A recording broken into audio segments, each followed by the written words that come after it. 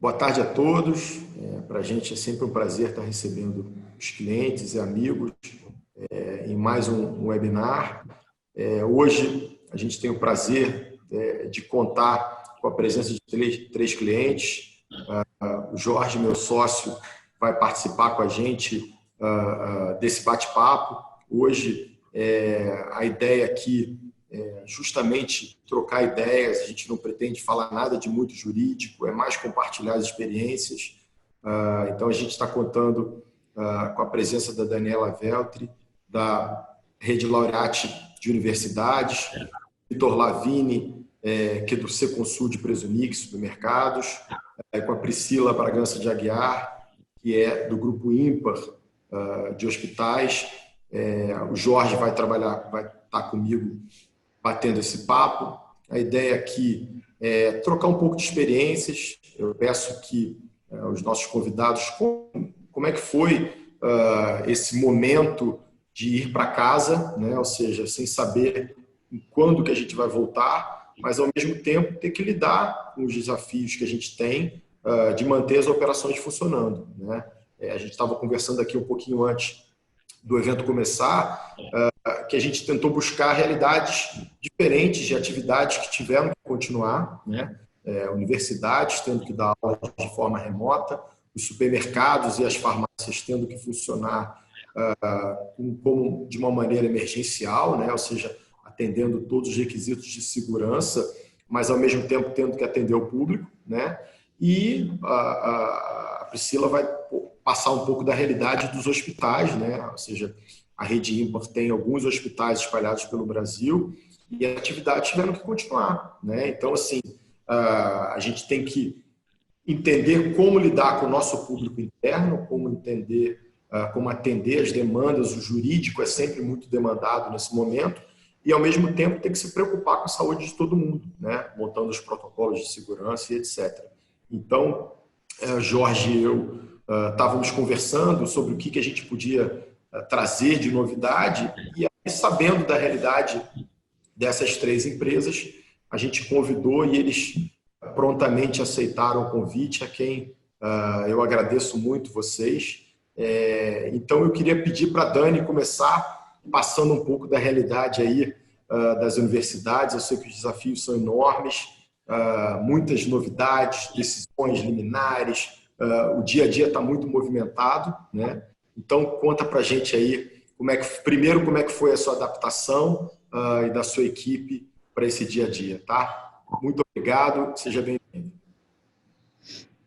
João, Jorge, primeiro, obrigada pelo convite, por estar aqui, é um prazer, junto com o Vitor, junto com a Priscila e com vocês. Bom, minha experiência, assim, eu acabei trocando de emprego, um pouquinho antes dessa mudança toda no mundo, e comecei aqui na Laureate em fevereiro. Então, eu brinco com o meu chefe que eu fiquei mais tempo em home office do que efetivamente presencial. Eu fiquei, acho que um mês e pouquinho no máximo no presencial. Então, além do desafio de você entender, né, todo o negócio, você tem que entender todo o negócio para gerir aqui o contencioso e conhecer toda a equipe, conhecer as pessoas, enfim. E eu tive um mês, na verdade, para fazer isso até a gente virar a vida toda aqui em home office. Para mim, a surpresa foi uma adaptação ótima, tanto minha, quanto da equipe, quanto do negócio. Então, meu desafio maior era conseguir equilibrar os pratinhos de conhecer as pessoas, a gente continuar o trabalho em equipe. Então, para isso, a gente faz reuniões semanais, você fala diariamente. O pessoal teve a maturidade de conseguir efetivamente trabalhar dessa forma, não perdemos o time, não perdemos ações, temos os escritórios que nos ajudam demais. Então, a gente realmente, do ponto de vista de equipe, conseguiu até, por incrível que pareça, estar mais próximo do que fisicamente, né? A gente acaba trocando muita ideia, tendo novas alternativas para essa nova realidade. Então, com a equipe foi muito tranquilo. A outra parte é a adaptação do negócio, né? Então, quando a gente fala em ter aula, a gente ainda tem muito a visão, o brasileiro ainda tem muito a visão de ter aula presencial, né? De ir realmente à faculdade, de ir na pós-graduação, de ter a aula ali, além das aulas práticas para quem é ali da parte de saúde. Este eu acho que foi um grande desafio do negócio, com um mérito ímpar de um trabalho em equipe da Laureate como um todo, que foi desenvolver as aulas síncronas, né? Então, os alunos, eles não perderam aula, durante nenhum tempo, eles não perderam matéria, e as aulas continuaram normalmente. Por trás tem todas as áreas de TI, toda a nossa parte administrativa, os professores, a quem faz um elogio enorme, e o jurídico sempre dando aqui a segurança de como a gente efetivamente toca o negócio. O Jorge tem sido aqui um grande parceiro nosso também. Então, de fato, o desafio foi conseguir colocar tudo isso ao mesmo tempo de pé.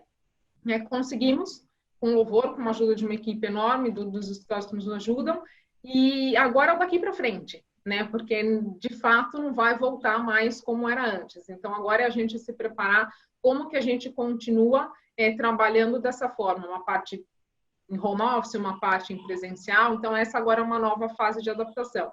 Mas acho que se eu pudesse efetivamente dar um destaque do que foi possível fazer para se conseguir chegar neste patamar, foi efetivamente a maturidade, a responsabilidade e o trabalho em equipe. Né? A gente tem o judiciário também, que parece estar numa velocidade cruzeiro, que também foi uma surpresa, principalmente o trabalhista aqui, para mim foi uma surpresa enorme, porque as coisas continuaram, seja o Ministério Público, seja as ações, seja agora as audiências, que também estão sendo feitas virtualmente, também teve uma adaptação enorme pelo judiciário, pelos colegas que trabalham ali no judiciário, e foi um bom resultado, né? Apesar daquilo que nos circunda, da causa que leva a isso, mas eu acho que foi um grande passo para uma coisa que todo mundo tinha medo. Então, assim, como que eu vou pôr todos para trabalhar à distância? Ou não vai trabalhar, ou não vai ser produtivo, ou não vai conseguir chegar ao resultado. Pelo contrário, eu acho que foi um resultado excelente, tem sido um resultado excelente, e muda, de fato, uma questão de visão de patamar até de qualidade de vida. Então, eu sempre me uso como exemplo, porque eu moro no litoral de São Paulo, eu não moro em São Paulo, eu subo e desço a serra todos os dias, então, para mim, esse tempo que eu usava de deslocamento, assim como outras pessoas, eu acabo cuidando muito mais da minha saúde. É um tempo que eu tenho para fazer minha atividade física, acordo cedo, faço minha atividade física, e o trabalho se torna muito mais produtivo. Você consegue produzir mais.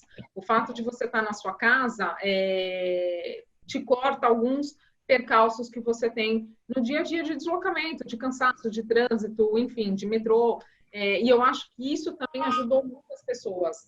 E a gente conversa sempre muito ali na equipe, né? Então, você vê que o fato de estar em casa, próximo dos filhos, tem outros desafios, por outro lado, quem tem filhos tem que fazer a lição, tem que olhar, mas eu acho que acaba trazendo um pouco, sim, de qualidade de vida, que a gente vai chegar num patamar ótimo ali, a hora que tiver um pouco presencial, um pouco em casa, mas, de fato, acho que o desafio foi cumprido, está sendo cumprido, com louvor, aliás, e dou, de fato, como destaque aqui a maturidade e a mão na massa de todos os participantes para que isso ficasse em pé.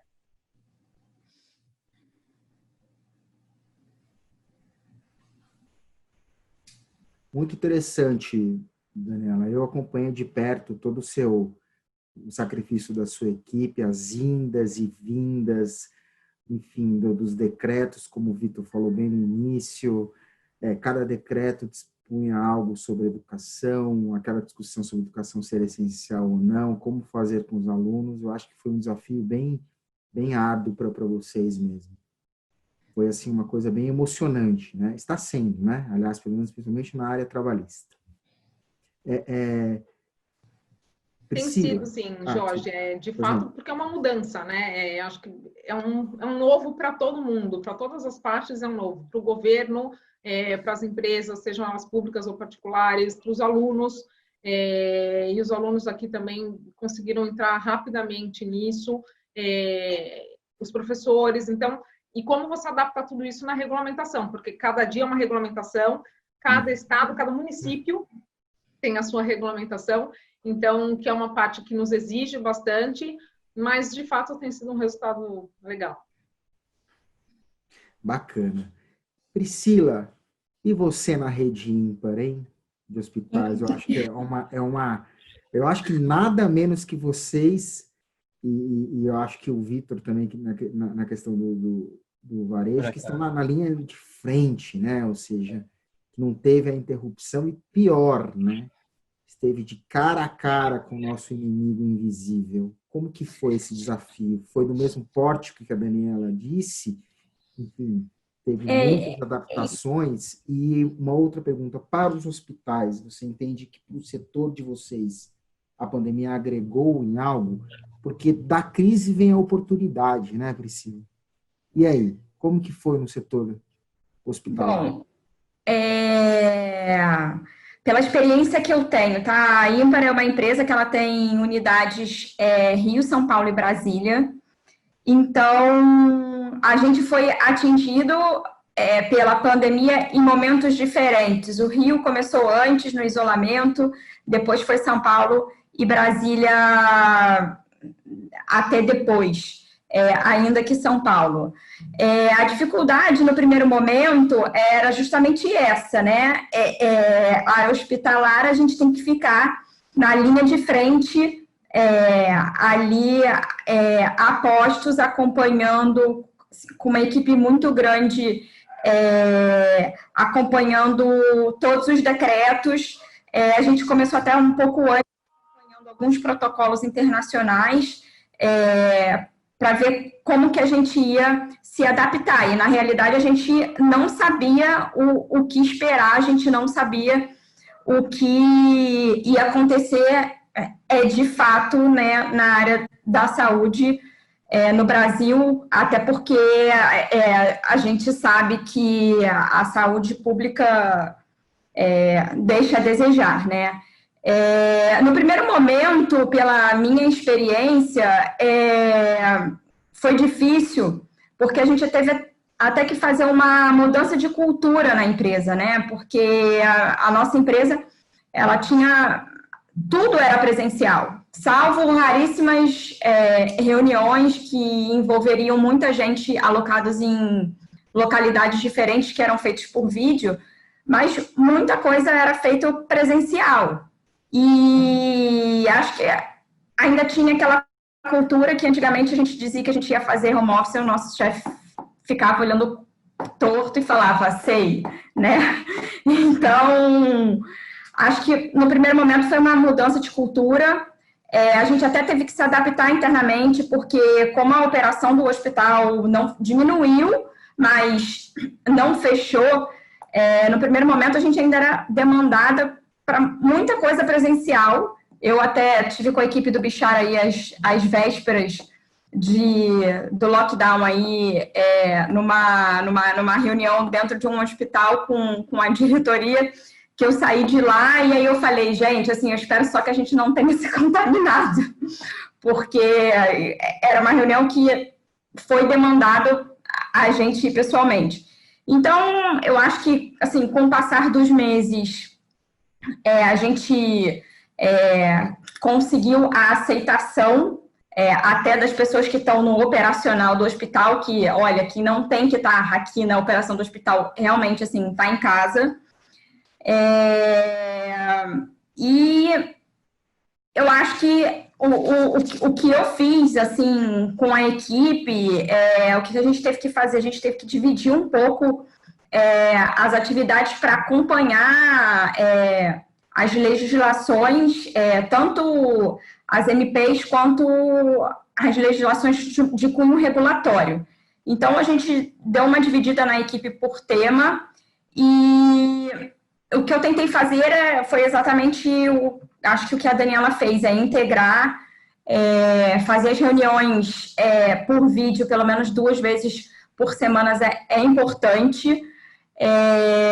Tentei envolver todo mundo em webinar, tanto, não necessariamente tem matéria de jurídica, não, mas notícias do setor para as pessoas sentirem um acolhimento, porque num determinado momento as pessoas trabalhavam de 8 às 5, de 9 às 6, e as pessoas foram para casa e começaram a virar madrugada no primeiro momento. Então, para todo mundo se sentir acolhido, empoderado e que, olha, a gente trabalha na área da saúde, a gente tem que dar, né? Somos o back-office da operação, a gente tem que dar o apoio e assim, a gente tem que trabalhar porque a questão tem que funcionar, porque tá novo até para...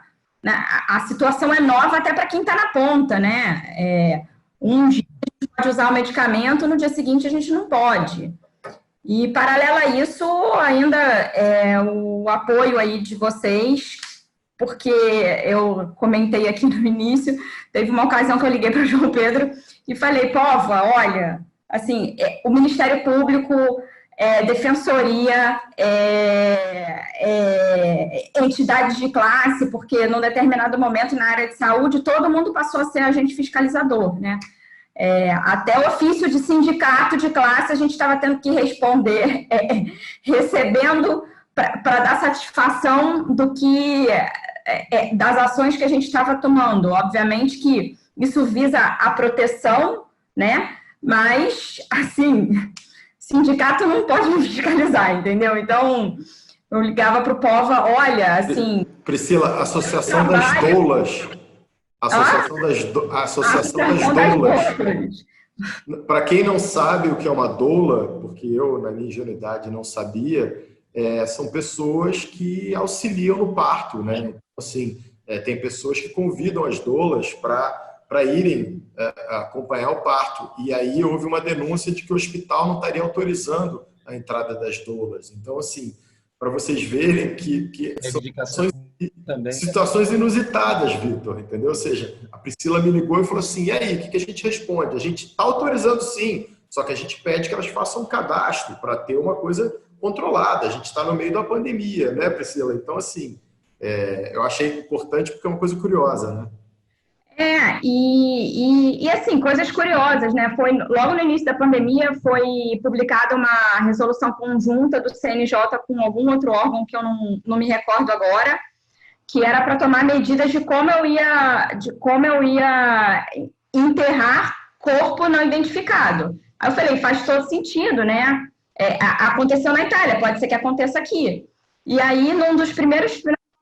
Não, na Páscoa, me ligam do hospital, olha, faleceu uma pessoa, suspeita de Covid, entrou aqui no hospital, o acompanhante foi embora, eu não tenho o documento da pessoa, aqui não tem quem assinar, não tem quem faça nada, como é que eu vou enterrar? Aí fica aquela loucura, né? E, enfim, pedindo ajuda do regulatório, e pra gente, eu falei, gente, eu advogo para o hospital, né? Sou jurídico interno, mas por essa situação eu realmente não passei. Enfim, e milhares de outros casos aí que a gente deixou até de ter horário. Eu, às vezes, ligo para o Pova, olha, desculpa, sexta-feira, 9 da noite, mas chegou um ofício aqui para responder para terça. Preciso de ajuda. Então, é isso que a gente está enfrentando, mas o lado positivo, até o que o Jorge falou, que eu acho que a gente pode levar aqui da área de saúde para pós-pandemia, é que o setor, pelo menos nesse momento, a concorrência está se ajudando. Então, como a gente enfrentou aí questões de falta de EPI no mercado, falta de medicamento, e até na tomada dessas decisões que a gente nunca enfrentou, a gente começou a se ligar e trocar informação, e um hospital emprestar medicamento para o outro. Então, esse é assim, na hora que o calo apertou, o cinto apertou, mesmo a gente sendo concorrente, a concorrência parou para se ajudar e até, às vezes, para se unir em alinhar estratégias aí na condução de determinadas situações que a gente estava enfrentando pela primeira vez. Legal, assim, é curioso como é que na adversidade a gente tem que ser mais criativo e mais ágil, né? Eu acho que nunca se produziu tanto em tão pouco tempo, né? Eu costumo dizer que a gente está trabalhando, sem dúvida, muito mais agora do que quando a gente trabalhava presencialmente. Acho que a Dani até deu um exemplo, né? Eu, por acaso, nesse momento, também estou aqui na Baixada Santista e a gente vê que as atividades estão funcionando, mas, assim, o tempo de deslocamento das pessoas da casa para o trabalho, ele não existe mais. Então, você acaba acordando 8, 8h30, você iria levar meia hora, 40 minutos, 1 hora para chegar no trabalho, e agora você começa a trabalhar, né?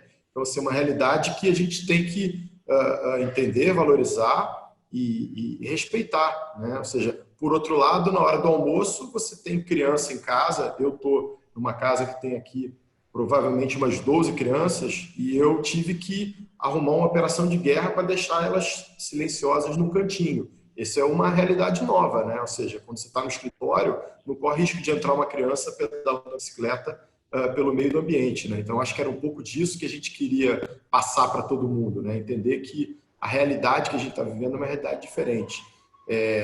Priscila, obrigado. A gente tem uma segunda rodada, eu tenho umas perguntas boas para fazer para você, mas eu queria que o Vitor contasse um pouco para a gente.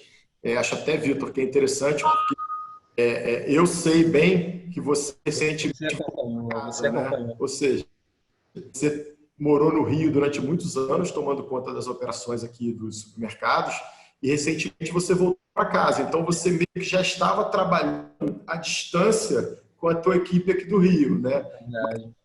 Trabalhar de forma integral, eu acredito que tenha sido a primeira vez, né? Então, conta para a gente um pouco como foi isso, como é que você está lidando com a verdade aí. Primeiro, boa tarde a todos, boa tarde, Pova, pelo convite, boa tarde, Jorge, demais participantes.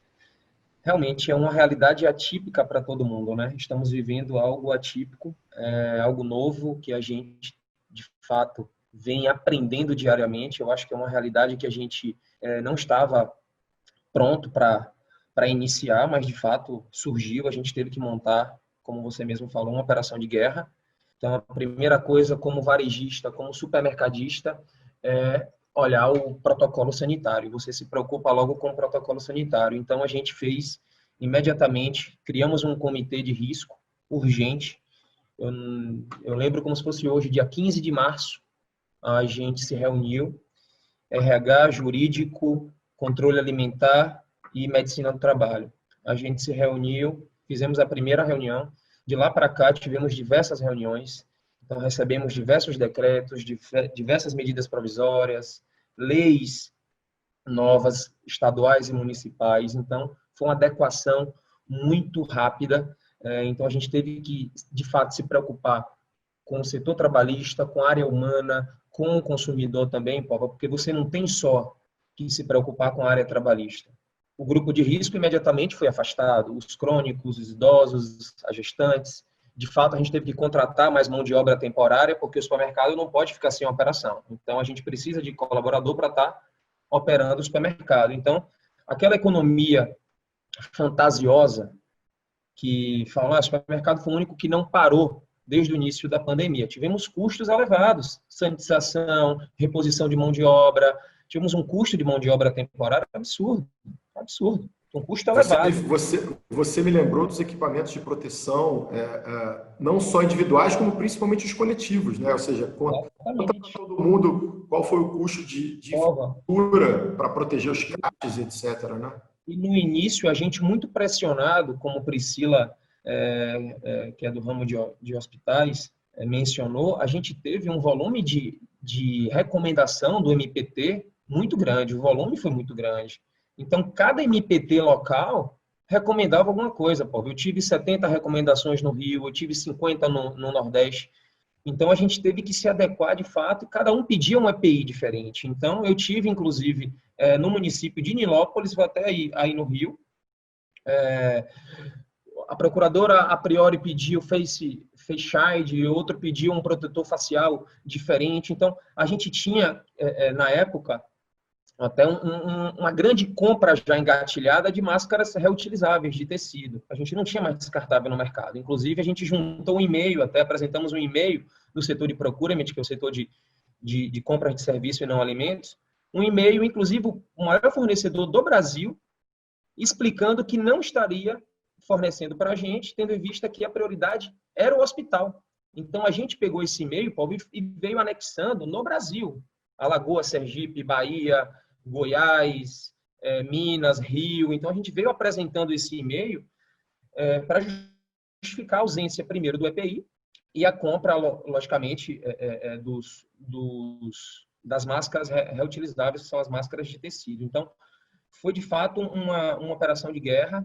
para você formalizar um protocolo sanitário com notas técnicas da Anvisa todo dia mudando, então você tinha que se atualizar diariamente.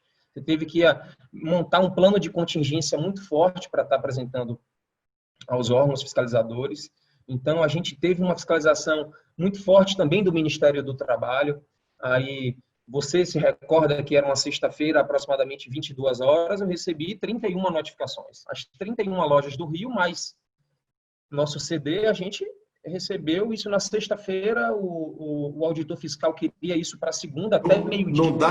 Não dá spoiler, não, que essa é a pergunta da segunda rodada. Ah, tá. Então é o próximo passo. Então, assim, não, tô brincando, fica à vontade. Fica à vontade. Foi uma experiência nova, tivemos que se adaptar rapidamente. O home office vem hoje atendendo muito bem. A gente não tem equipe só no Rio de Janeiro hoje, temos equipe na Bahia, temos equipe hoje em Alagoas, Sergipe, Minas, Goiânia. Então, a gente teve que se falar mais. Acho que as reuniões via Teams, via Zoom, a gente vem aceitando mais as reuniões, porque, de fato, o volume é muito grande, né? A gente tem um volume grande hoje de reuniões. E também as audiências. Hoje, até para mostrar a boa-fé para os órgãos, a gente responde, apresenta os elementos, o contexto probatório e também sempre se coloca à disposição para esclarecimentos. Então, tivemos diversas reuniões com o Ministério Público, a Procuradoria sempre atuante, então a gente conseguiu dar conta do recado. Eu acho que Cencosud, não só no Brasil, mas estando aí em 5 países, Peru, Chile, Argentina, Brasil e Colômbia, a gente vem conseguindo atender a sociedade como supermercadista de forma exemplar. Então, eu fico muito feliz com o resultado que a gente vem tendo até o momento. Não, Vitor, realmente é impressionante, assim, realmente, de um dia para o outro a gente teve que mudar a nossa realidade, né? Ou seja, os reportes diários que eram feitos em reuniões passaram a ter que ser feitos por vídeo, por telefone, grupo de WhatsApp, né? Eu acho que nunca se respondeu tanta mensagem de WhatsApp como nessa pandemia, né? Então, assim, tudo ficou muito mais imediato, né? E passou a ser muito mais comum você ter um pedido de um cliente para fazer um call às 9 da noite, porque às vezes, sinceramente, às vezes é melhor você fazer um call às 9 da noite, onde a tua casa já está muito mais calma, do que fazer ao meio-dia, né? Quando a realidade está pegando fogo, tem criança no colégio, aula online, ou tem que almoçar. Então, assim, eu não tenho mais eu nunca tive horário, mas agora, então, assim, prefere fazer 9 da noite? Para mim, até melhor. Minha vida está mais tranquila. Às 9 da noite, os prazos já estão estabilizados, então, assim, uma realidade diferente, né? A produtividade, ela aumentou muito, né? Eu acho que para todo mundo, a própria Daniela, a Priscila mencionaram que a gente vem trabalhando muito mais, né, Paulo? A gente recebe hoje um decreto meia-noite, a gente vai trabalhar o decreto meia-noite, porque a operação tem que abrir a loja 6 horas da manhã, já atualizada. Então, se tem aferição de temperatura, a partir do dia seguinte, a loja vai ter que já apresentar o seu termômetro infravermelho. Então, é uma adequação, é uma adaptação imediata. Então, a gente precisa tomar a decisão rapidamente. Então, acho que o efeito pandemia deu também para mostrar que determinadas áreas comportam um trabalho home office muito bem. Então, vai ser uma realidade que eu acho particularmente que ela não vai embora, tá? Ela vai continuar. Na minha visão, eu acho que grandes empresas irão dar continuidade ao home office. Eu acho que é uma realidade atual que vai perdurar por muito tempo. Temos grandes empresas hoje como a Amazon, Google, tem várias outras, o próprio Facebook eles já se manifestaram que vão dar continuidade até dezembro de 2021, ou seja, até o final do ano que vem. Então, é uma realidade que a gente vai ter que enfrentar, que vem surtindo efeito, né, Paulo? Sem dúvida. Obrigado, Vitor. Jorge, por favor. Dani, você como gerente jurídica do contencioso do maior grupo de educação do Brasil, o que você pode contar para a gente dos debates, das discussões e da materialização, né, da pandemia nas ações? Qual o tipo de discussão que você tem enfrentado? Quais são as novidades aí que mais te chamaram a sua atenção nesses longos 4 meses aí de pandemia frente ao grupo, em termos de contencioso, em termos de discussão, em termos de fiscalização, como o Vitor falou, como a Priscila comentou também, que vem tendo que responder diversas entidades, diversos sindicatos, enfim. Conta um pouco para a gente aí esse caminho novo e desafiador. Jorge, acho que assim, eu brinco que tem o antes, o durante e o depois, né, disso tudo. Acho que o começo foi muito do que a Priscila falou, que é como que a gente, e o Vitor, né, como que a gente se adapta, né, porque era tudo novo para todo mundo. Então, primeiro, vai poder ficar uma parte presencial, não vai ter lockdown, não vai, como que a gente faz com os alunos, cuidado dos professores, a gente afastar quem era do grupo de risco, que era a nossa primeira preocupação. Acho que o que eu vejo de unânime é que assim, a saúde de todo mundo era a preocupação, né? Acho que de todos os empregadores era assim, tá, como é que a gente tira primeiro o grupo de risco para realmente não acontecer nada e como que a gente cuida de quem tem que trabalhar e quem é que tem que vir presencialmente.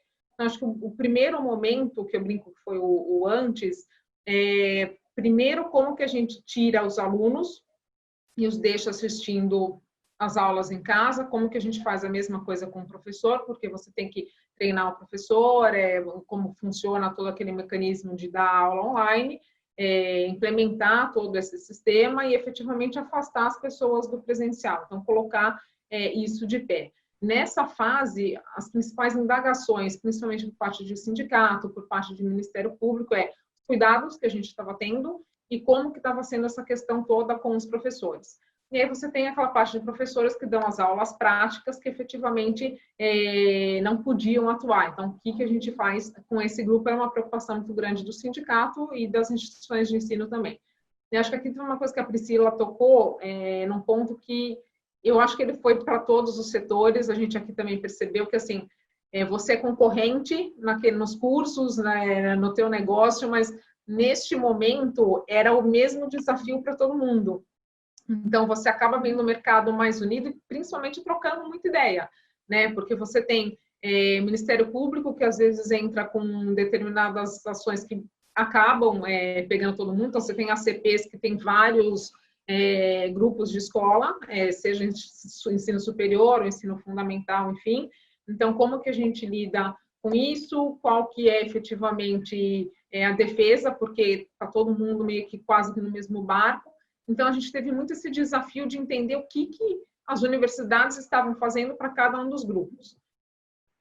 Durante a pandemia, o que você observa muito a gente teve várias medidas do governo, seja a redução de jornada, seja a suspensão de contrato, seja o teletrabalho. Então, assim, teve uma série de medidas que o negócio precisa estudar e a gente precisa estar apto a dar resposta, dar soluções à base jurídica para que se faça tudo conforme a regulamentação, no tempo determinado e de forma segura. E aí, de fato, nem preciso dizer da ajuda de vocês, porque é aquilo que o Paulo falou, né? Às vezes eu mandava e-mail para o Jorge 9h30, 10 horas da noite, pedindo ajuda, porque às vezes, de fato, a gente precisa correr e ter a resposta no dia seguinte. E um pouquinho na parte civil também, que é toda essa questão, poxa, mas eu tenho aula em casa, então significa que o custo diminuiu?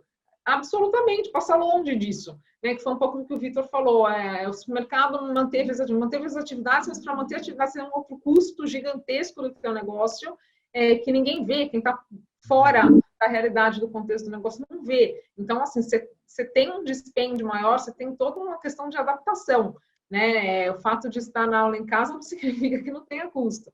Então, muito do durante no cível isso, e no trabalhista é toda a questão do sindicato, porque a gente teve aqui algumas medidas que precisam ser alinhadas com o sindicato. Imagina que a gente está em vários estados, e aí você tem vários sindicatos que você precisa sentar, conversar, fazer o acordo, enfim, aqui, de fato, a gente faz um elogio enorme para a pessoa que trabalha aqui dentro da Laureate com isso, a rapidez, a celeridade, você sentar, e tudo virtualmente, né? Tudo virtual, o tempo todo o questionamento é virtual, você vai sentar para conversar com o sindicato virtual, você precisa chegar no consenso, você operacionalizar tudo aquilo que você colocou no acordo, então você tem toda a parte de TI, toda a parte de RH, toda a parte de administrativo que precisa operacionalizar, como que você faz a assinatura dos documentos, então a gente também partiu para uma outra realidade, não dá para você imprimir, assinar, tirar uma foto, escanear e mandar, você também precisou fazer essa adaptação.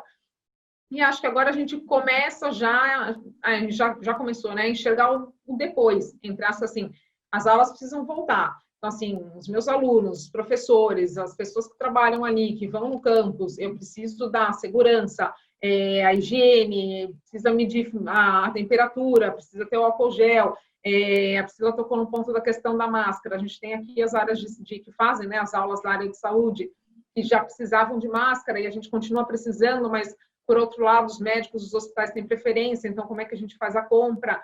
Então, colocar tudo isso de pé também tem um desafio muito grande, seja com seus fornecedores, com as medidas que você tem que tomar, e, de fato, implementar essa visão de se trabalhar à distância. Eu acho, na minha visão particular, isso é um negócio sem volta.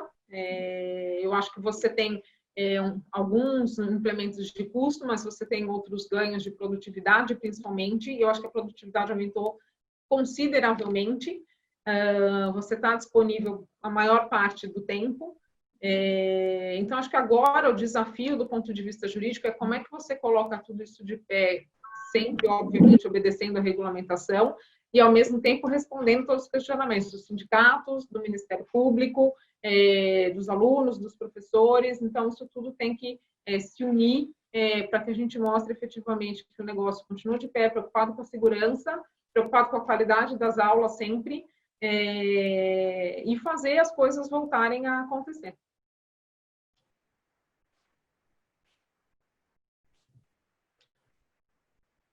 Obrigado, é isso mesmo. Eu acho que é um desafio enorme.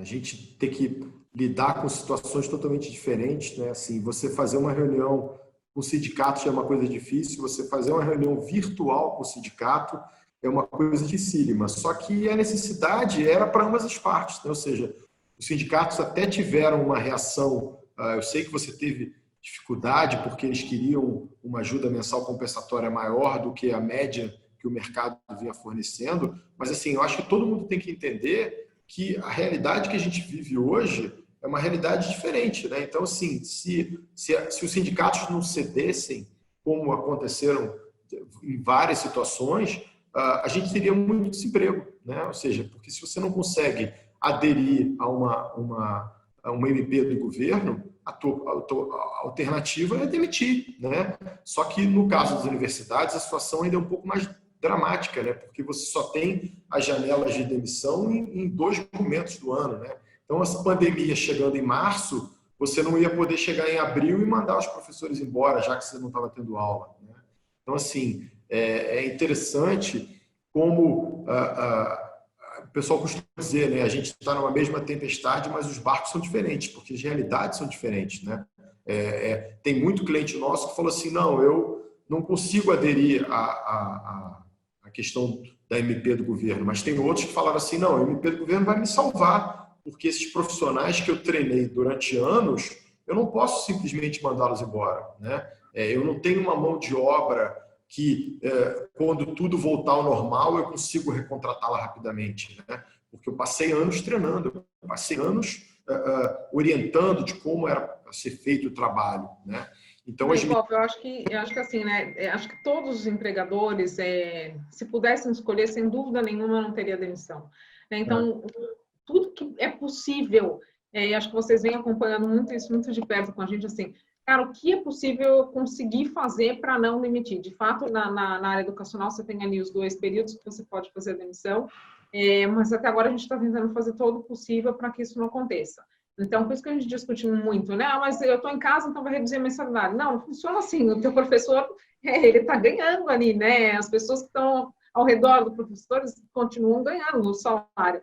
Então, não é só o fato de você não estar é um fator, mas dentro desse um fator tem vários outros que você teve que incrementar. Acho que o governo trouxe algumas alternativas, outras precisariam estar presentes, sem dúvida nenhuma. Acho que vão estar presentes porque a crise, assim, ela aparentemente parece que as coisas estão entrando num platô, daqui a pouco começam a diminuir, mas as consequências com certeza ainda vão por pelo menos mais um ano quando você olha o setor econômico como um todo. Né? Então, muita gente ficou desempregada, então você já tem uma questão de queda de renda, de consumo, e é o que você falou, demitir é um custo, depois, quando as coisas voltarem, você tem que recontratar, que é outro custo. Então, acho que isso teve uma adaptação e os sindicatos também sentiram, tem que sopesar os dois lados da balança. Né? Nem os professores, nem as universidades, assim, em todos os setores, precisa ter aqui efetivamente chegar no meio termo para que a gente consiga um melhor resultado para ambos os lados. Daniela, sem falar também da inadimplência, né? Dos alunos também, que a crise gera inadimplência. Então, o professor ele vai estar recebendo, né, Pova, mensalmente, independente se o aluno pagar a sua mensalidade ou não. Então, a crise, de fato, ela gera demissão. A gente hoje vem fazendo um reflexo até os estudiosos, os especialistas já comentam que aquela redução de entrada de processos pós-reforma trabalhista vai ser compensada daqui a 1, 2 anos. Então, corremos um risco aí de uma enxurrada de ações nos próximos 12, 24 meses. A gente já conversou sobre isso, né, Vitor? Corremos o risco, não, Vitor. Eu tenho certeza que vamos ter. Então, assim, eu falo do meu segmento, né? A gente, de fato, não pretende demitir. A possibilidade a gente não pode negar. Mas a gente sabe que aquela redução de 40% de entrada da base, a gente pode recuperar daqui a 12 meses. Se tiver uma demissão aqui, hoje eu tenho 25 mil colaboradores no Brasil. A gente teve aí aproximadamente 2.500 colaboradores afastados entre grupo de risco e afastados por outras questões, férias. Então, assim, esse custo, eu acho que você deixou de pagar os encargos aí, a MP vem 927, a 936, agora a 14.020, mas esse custo, ele vai um dia voltar, entendeu, pessoal? Esse custo, ele um dia vai retornar. Então, essa redução, essa falsa redução, durante esse período, a gente já vem pagando para manter o negócio em dia, e fora o risco futuro também de possíveis questionamentos sobre os acordos individuais, sobre as MPs, sobre as falhas, sobre as fraudes também, que tem empresas que, de fato, praticam de forma errônea. Então, é o risco da operação. Isso pode acontecer. A gente não está passível de... E, Vitor, assim, acho que mais interessante do que isso, eu acho que na última semana, Jorge, a Cristiane, que é da nossa área de consultoria, tem visto muito isso, que é o seguinte: o governo edita as medidas provisórias e o Congresso ou as modifica ou deixa caducar, né? Então, o susto que foi a medida provisória 297 não ser convertida em lei, né? Porque, assim, todo mundo que tomou milhares de medidas com base na medida provisória, agora tem uma enorme insegurança. Claro que o que foi feito no passado é ato jurídico perfeito. Não é nenhum assim. Tem uma série de questionamentos. Hoje me fizeram uma pergunta, o seguinte: olha, eu dei um aviso de férias para a pessoa no dia 19 de julho. Só que a pessoa só vai entrar de férias no dia 21 ou 22 de julho. E eu pretendia pagar essas férias lá no final do ano, com base na MP 927. E aí, o que eu faço? Entendeu? Então, assim, são questões que, assim, a medida provisória, ela caduca, ninguém esclarece como deve ser feito, quais são os procedimentos a serem feitos. Tem uma previsão legal de que o governo, no caso da MP perder a validade, ele deveria publicar um decreto regulando como deveria ser feito pós a MP caducar. Isso nunca acontece, né? Então a gente acaba tendo que fazer uma análise jurídica dos impactos das medidas provisórias, e assim, é muito complicado, né? Foi o que a Dani falou, a gente tem que estudar aqui o assunto, tem que entender o assunto, e depois tem que entender se lá na frente isso não vai ter um reflexo, né? Porque muita gente falava assim para a gente: vamos fazer o acordo de redução de 25% só, porque a lei fala que 25% eu não preciso do sindicato. E aí, normalmente, eu recomendava dizendo o seguinte: olha, tudo que você puder envolvendo o sindicato é mais seguro, porque lá na frente o pessoal vai questionar, isso foi prejudicial, houve perda salarial, você não podia ter feito isso através de um acordo individual. Então, assim, são coisas que a gente vai se organizando para ter cautela, sabendo que lá na frente, como você falou, né, Vitor, vai desaguar em mais processo trabalhista, né? E aí, eu queria já aproveitar aqui e passar uma pergunta para a Priscila, porque é o seguinte, eu sei, eu estou acompanhando muito de perto isso contigo, mas uma preocupação que eu tenho e que muitas empresas estão passando são as chuvas de notificações do Ministério Público, DRT. Por incrível que pareça, não sei se todo mundo sabe disso, como o Ministério Público ele tem autonomia funcional, às vezes o mesmo assunto é indagado por 2, 3 procuradores no mesmo estado, né? E isso gera uma confusão, né? Você tem que estar organizado para dar uma resposta única, para até mesmo não cair em contradição. Então, eu queria que a Priscila falasse um pouquinho sobre isso, porque eu sei que é um assunto polêmico, mas interessante. Pova, como vocês têm acompanhado aí, o que acontece? A gente está recebendo muito questionamento de diferentes órgãos, além dos estados diferentes, das unidades da federação estarem fazendo os mesmos questionamentos, a gente está recebendo vários questionamentos de diferentes órgãos.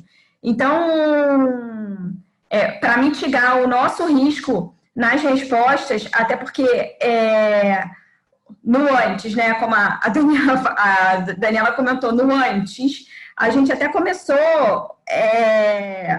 a pandemia fazendo resposta pelo jurídico interno, e chegou um momento que a gente estava vendo que estava ficando descontrolado, então a gente, pensando internamente, a gente achou que para mitigar o nosso risco de uma unidade responder diferente da outra, a gente optou por unificar, né, todas as respostas de Ministério Público do Trabalho, e ainda algumas outras associações ou órgãos de classe que fazem questionamentos que saem um pouco do nosso dia a dia. A gente centralizou tudo com vocês para a gente ter um maior controle, porque a gente, como o Vitor falou, é um ofício do Ministério Público que eu recebo hoje. O Ministério Público do Trabalho me faz o mesmo questionamento no dia seguinte, e eu ainda estou sofrendo uma fiscalização indireta trabalhista. Então, a nossa estratégia foi realmente tirar um pouco esse trabalho do jurídico interno, centralizar aí com a equipe de confiança de vocês, para a gente ter um maior controle, evitar perda de prazo e evitar divergência de informação, né? Porque a gente não sabe o que vai vir pela frente. Eu nunca respondi tanto inquérito civil. Se tudo começar a virar ação civil pública, assim, eu realmente não sei o que vai acontecer, entendeu? E não só de fiscalização, né, Pova? Acho que foi uns 10 dias atrás a gente conversou sobre uma legislação que saiu, um decreto que em Brasília,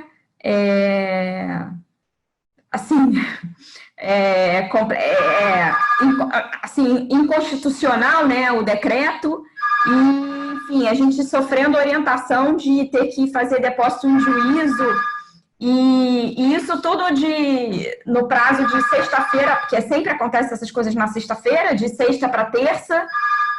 Ou de madrugada, né? Ou publicada de madrugada, né? Recebe orientação para aumentar, para aumentar, enfim, eu já nem lembro mais o que era, porque é tanto assunto, mas era para fazer depósito em juízo de algum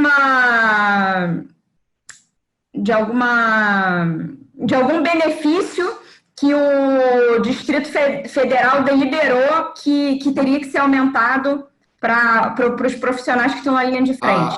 Só para te lembrar, aquela discussão da insalubridade, lembra? É isso, exatamente.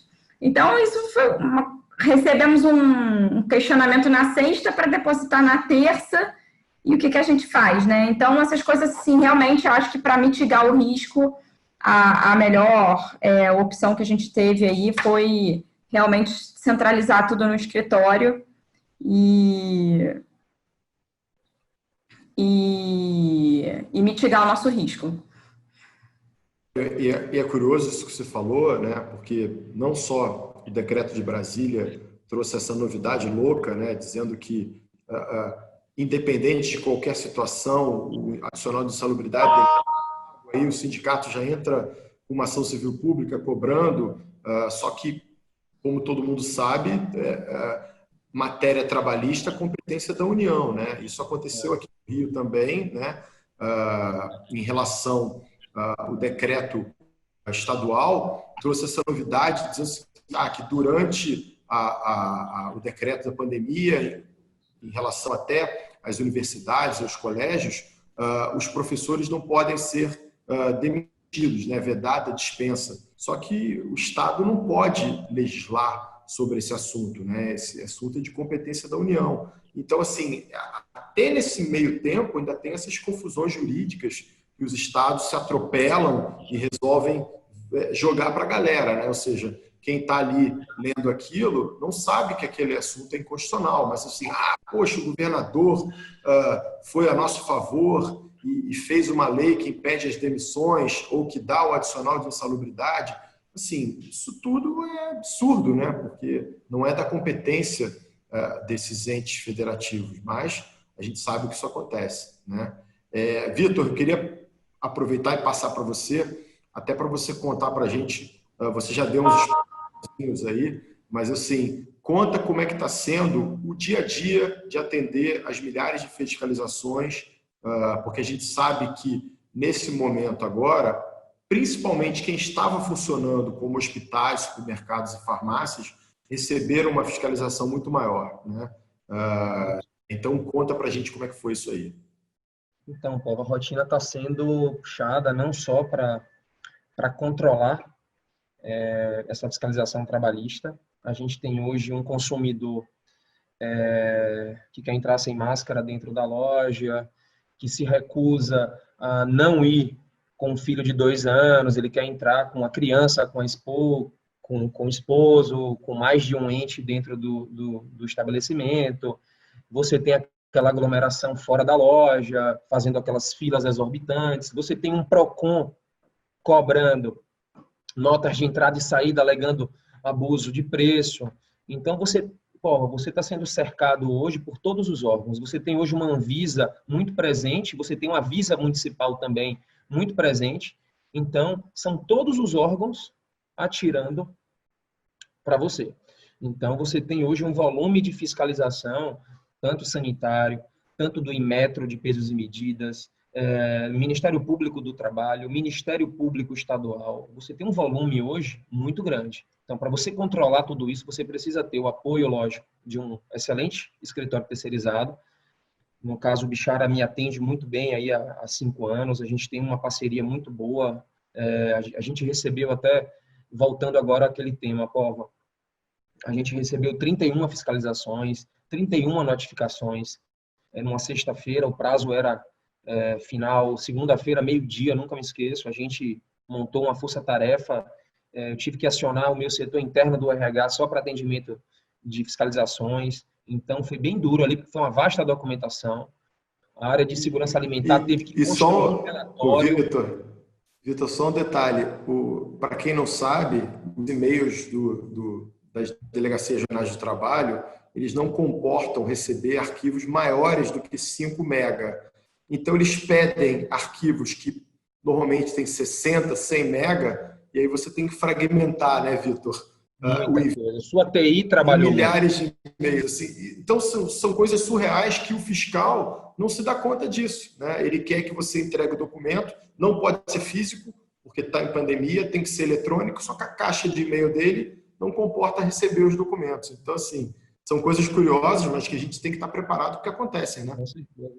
temos, às vezes, aquele auditor que não tem acesso muito, né? Não tem familiaridade com a internet. Então, você pega aquele auditor mais antigo, que não tem muito contato, não sabe acessar um link. Então, a gente, às vezes, disponibiliza o link, ele não sabe acessar o rol de documentação que a gente apresentou.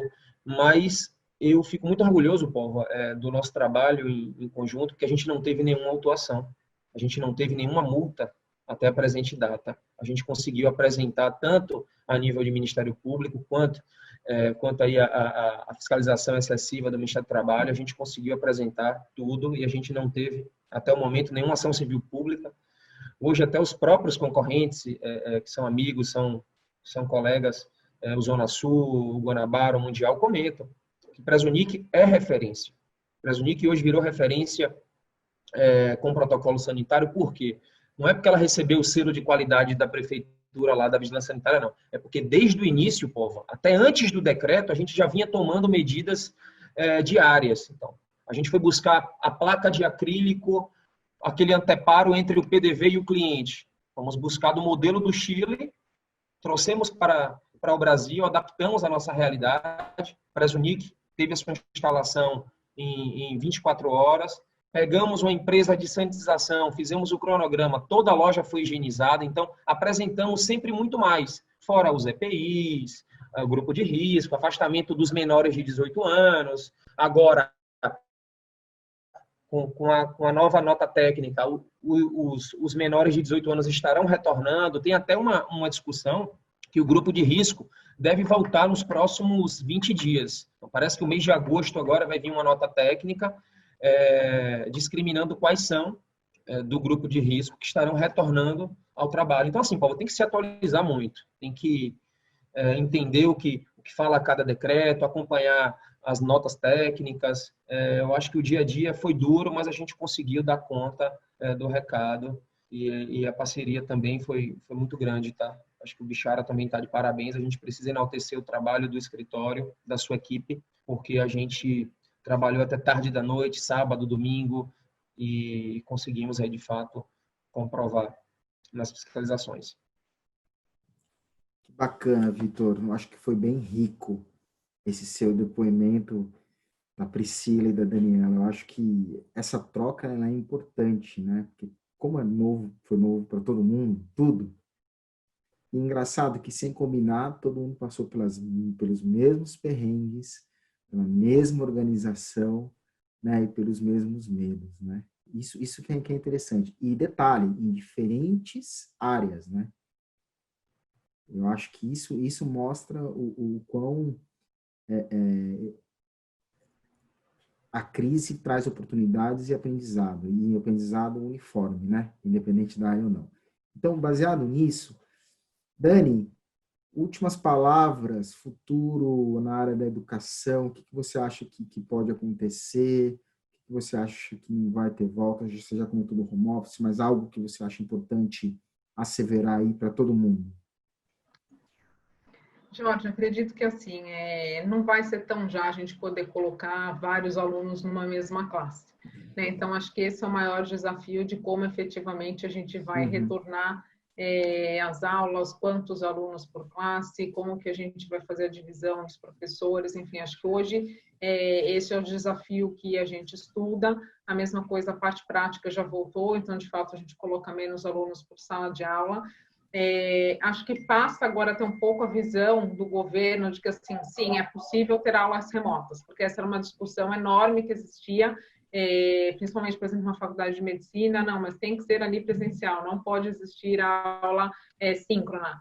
Pode, né? Tanto pode que houve e deu tudo certo e o próprio governo autorizou. Então, assim, como é que a gente faz a regulamentação dessa parte toda educacional daqui para frente? Como que o governo enxerga isso daqui para frente? Como que eu preparo os professores para essa nova realidade? Porque hoje são os professores não só do ensino superior, é um desafio enorme na educação, desde a primária, ensino fundamental e ensino superior, porque você vai ter que prepará-los de uma forma diferente, o professor vai ter que trabalhar de uma forma diferente, os alunos vão estudar de uma forma diferente, né? Então, precisa mudar a mudança de cultura. né? O que a Priscila falou um pouco no começo, tive que mudar a cultura da empresa, como todas as empresas tiveram que mudar, mas vai existir uma mudança de cultura em todos os setores e o educacional não é diferente. E para isso a regulamentação vai ter que se adaptar, seja trabalhista, seja civil, mas a gente vai ter que ter uma adaptação a essa nova realidade. Para mim, o maior desafio é efetivamente preparar o professor e os alunos para o daqui em diante.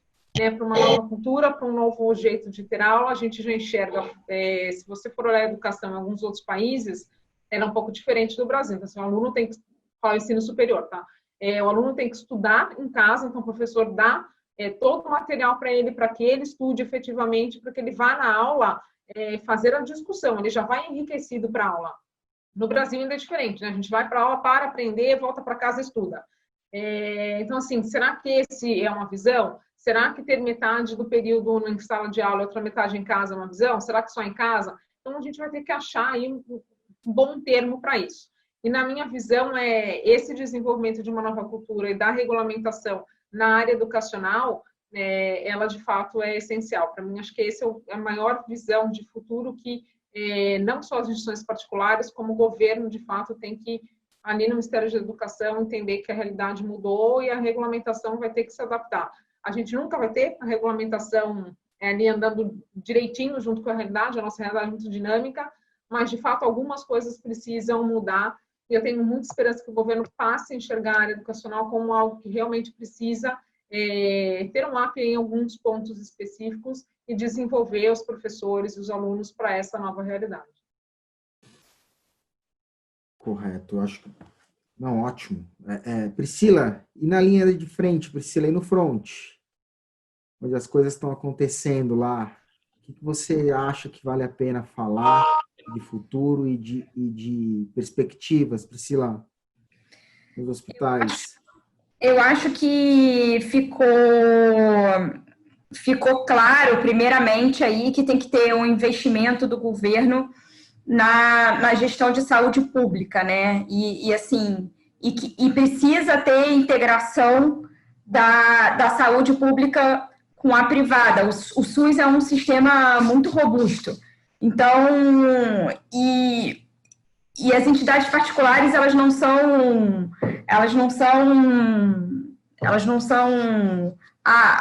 tá todo mundo querendo visar o lucro, né? Ficou claro aí eu acho que em todas as notícias que a saúde privada entrou ajudando o governo no que pôde e no que não pôde. Acho que a gente precisa também ter um pouco de mudança de cultura do diálogo, né? Eu acho que tem que ter uma abertura maior para o diálogo, não só com a gestão pública, com o governo, mas também com o judiciário, Ministério Público, Defensoria Pública, a magistratura, porque a gente, no fim do dia, o que acontece? A gente acaba recebendo muita ação, cumprimento de muita liminar do judiciário, muita coisa que tem que ser abarcada pelo SUS, e na hora que chega no judiciário, vem para a gente. Então, a gestão pública tem que parar para olhar que, olha, eu acredito que essa pandemia do Covid foi o primeiro episódio de outros que a gente pode enfrentar. Então, é isso, eu acho que eu saio com essa questão da visão, da mudança de cultura, da integração das pessoas do setor, dos players de mercado, que todo mundo concorrente, na hora que foi preciso, todo mundo sentou na mesa para resolver situações juntas. Eu espero, sim, sinceramente, que isso continue. E que foi o que me serviu de aprendizado do lado positivo da pandemia. Acho que a gente vai ter muito trabalho pela frente ainda, mas realmente essa nossa cultura em todos os setores, elas precisam ser modificadas, e a gente precisa estar mais aberto aí para o diálogo, para para trabalhar junto, e não é só vir em cima dos particulares com multas e com aquela ideia, entendeu? É isso que eu espero.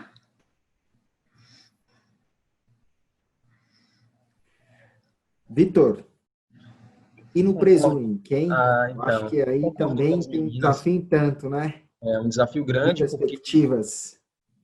Eu concordo com as meninas, eu acho que o diálogo ele tem que existir. A gente, daqui para frente, a gente tem que se preocupar mais com os protocolos sanitários. Eu acho que essa constância ela vai ser mantida, tá? Já tem até um certo direcionamento para aquele supermercado mais... Qual é o supermercado hoje que mais agrada o consumidor? Antigamente era o preço, era aquela área confortável, era aquelas gôndolas largas. Não, hoje é o quê? É o supermercado mais seguro, é onde o consumidor se sinta mais seguro. Então, isso a gente já vem ouvindo, já é um trabalho que a gente vem fazendo internamente. Então, para manter o padrão de excelência, de atendimento, de sanitização, de limpeza, de comunicação, eu acho que a Cencosud não só ela trabalha internamente uma comunicação muito forte, como também ela explana essa comunicação muito bem. Então, dar continuidade a esse trabalho, eu acho que é um momento que vai passar, mas eu acho que o setor sanitário ele vai se fortalecer cada vez mais. Eu acho que daqui para frente podem ser criadas novas normas específicas sanitárias. Eu acho que esse modelo ele não vai sumir, ele vai se aperfeiçoar cada vez mais. Então, aquela faculdade que seja extremamente confiável com as questões sanitárias, ela vai sair na frente. O hospital também que tiver o seu cuidado excessivo na parte sanitária, o supermercado, eu acho que isso vai agregar muito valor. Eu acho que a minha visão é essa, que acho que essa constância ela não vai acabar.